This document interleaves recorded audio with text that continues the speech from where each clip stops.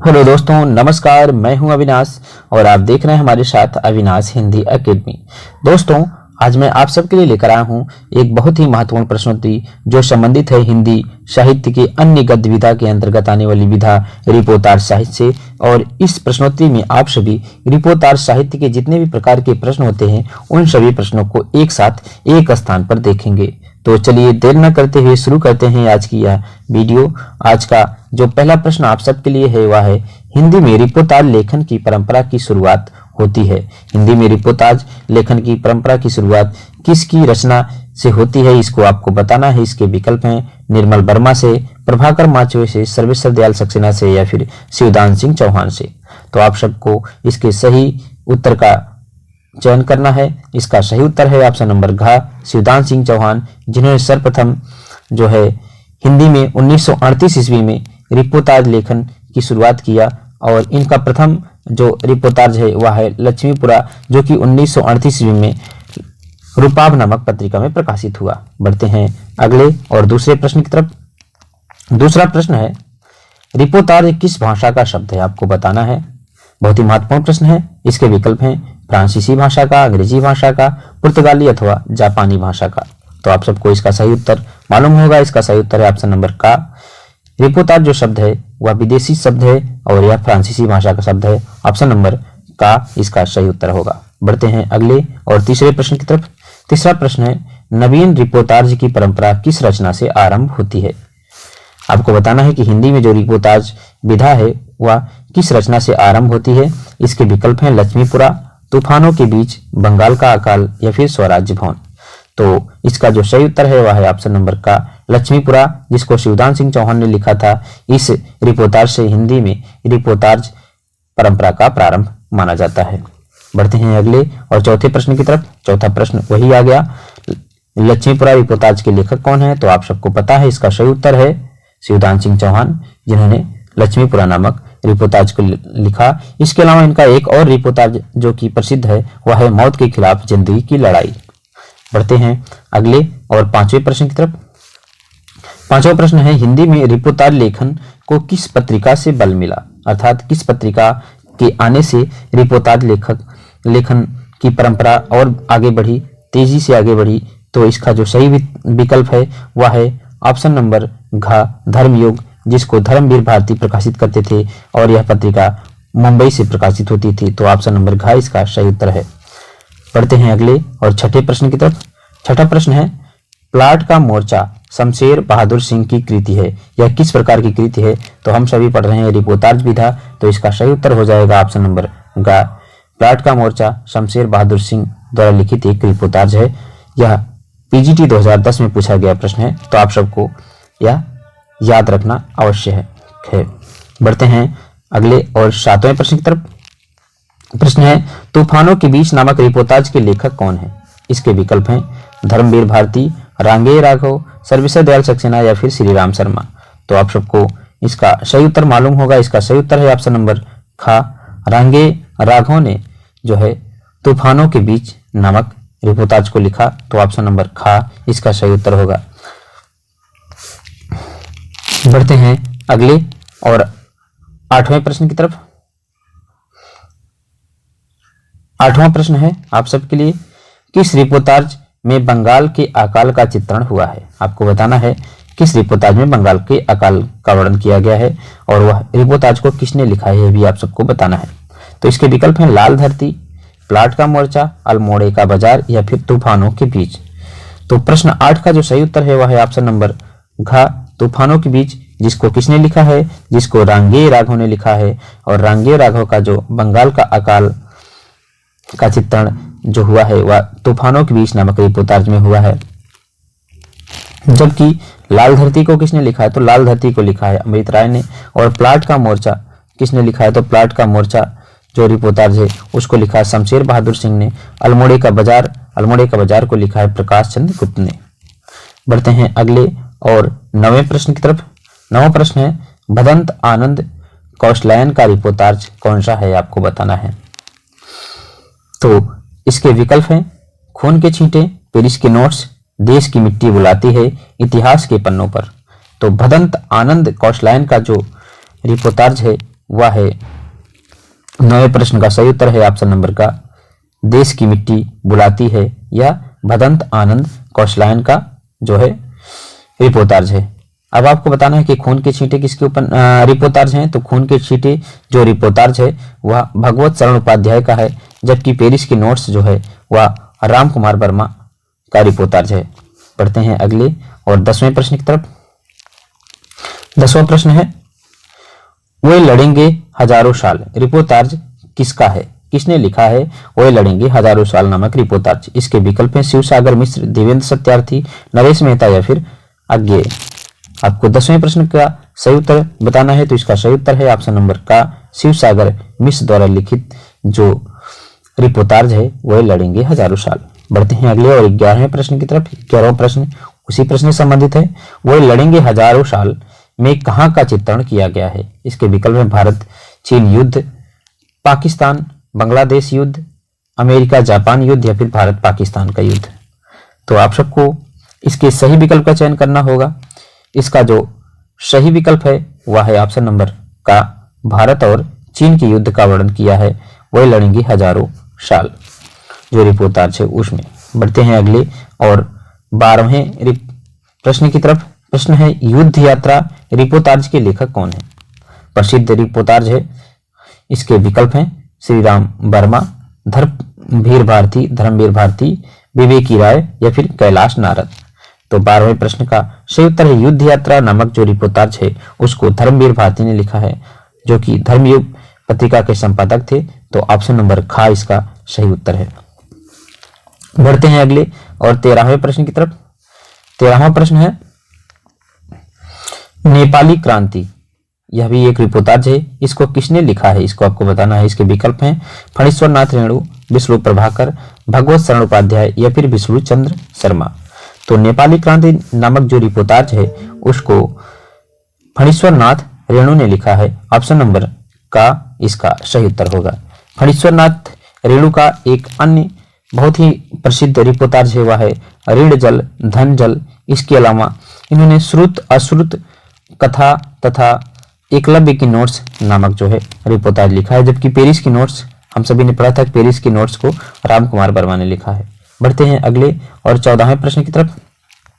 14वां प्रश्न है अल्मोड़े का बाजार किसका रिपोर्टाज है, आपको बताना है। 14वां प्रश्न इसके विकल्प हैं कैलाश नारद, प्रकाश चंद्र गुप्त, निर्मल वर्मा या फिर मणि मधुकर।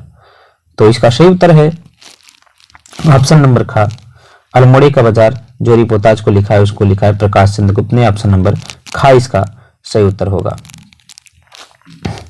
अब प्रकाश चंद्र गुप्त का अन्य जो महत्वपूर्ण रिपोर्टाज है वह है बंगाल का अकाल और स्वराज्य भवन।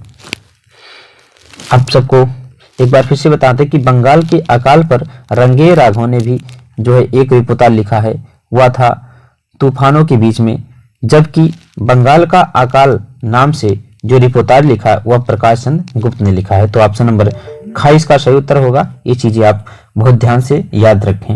बढ़ते हैं अगले और 15वें प्रश्न की तरफ। प्रश्न है पहाड़ों में प्रेम में संगीत किसका रिपोर्टाज है। इसके विकल्प है निर्मल वर्मा, उपेंद्र नाथ अश्क, जैनेन्द्र या फिर श्री राम शर्मा। तो 15वें प्रश्न का जो सही उत्तर है वह है ऑप्शन नंबर खा उपेंद्र नाथ अश्क का रिपोर्टाज है पहाड़ों में प्रेम में संगीत। बढ़ते हैं अगले और 16वें प्रश्न की तरफ। प्रश्न है श्रीकांत वर्मा का रिपोर्टाज कौन सा है। इसके विकल्प हैं अपोलो का रथ, एकलव्य के नोट्स, चेतना के बिंब, लीक अलीक।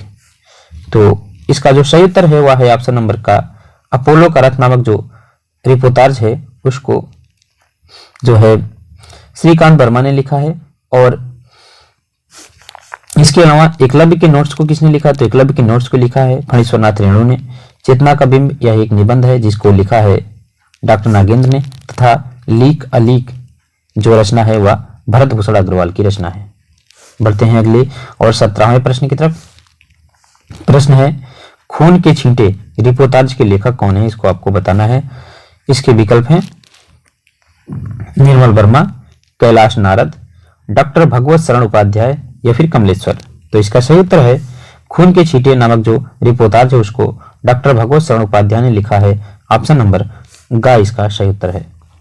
बढ़ते हैं अगले और 18वें प्रश्न की तरफ।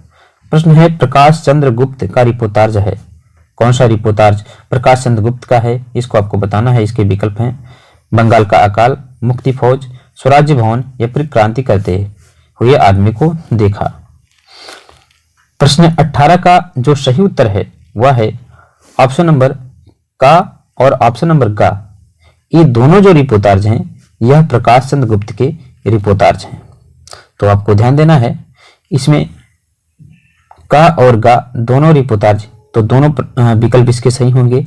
जबकि मुक्ति फौज किसका रिपोर्टाज है, तो मुक्ति फौज जो है वह श्रीकांत वर्मा का रिपोर्टाज है। जिन्होंने अपोलो का रथ जो है रिपोर्टाज को लिखा था वह श्रीकांत वर्मा का रिपोर्टाज मुक्ति फौज है।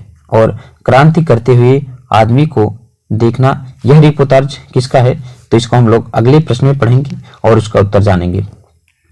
बढ़ते हैं अगले और 19वें प्रश्न की तरफ।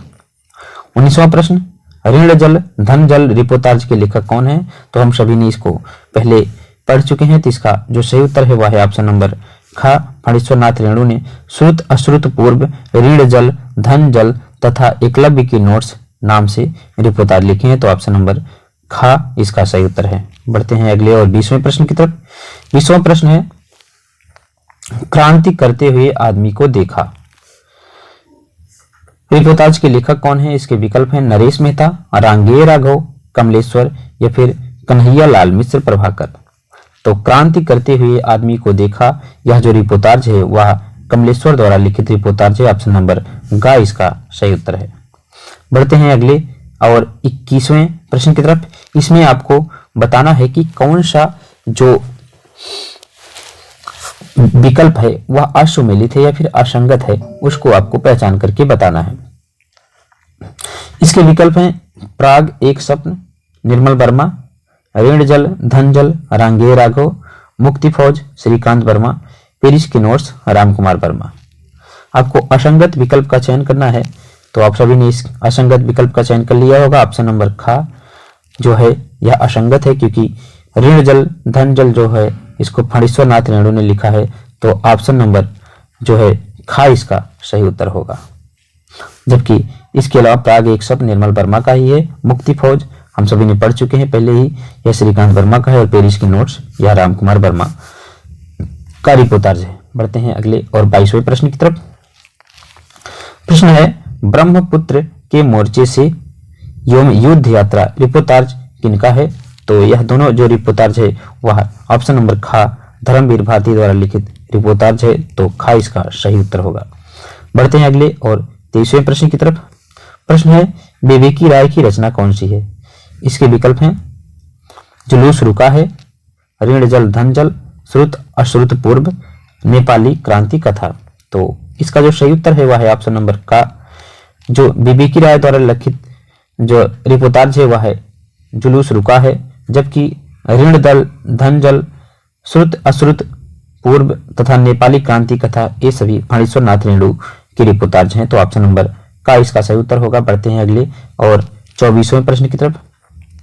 24वां प्रश्न है लाल धरती रिपोर्टाज के लेखक कौन है, इसके विकल्प हैं देवेंद्र सत्यार्थी, अमृत राय, धर्मवीर भारती या फिर अज्ञे।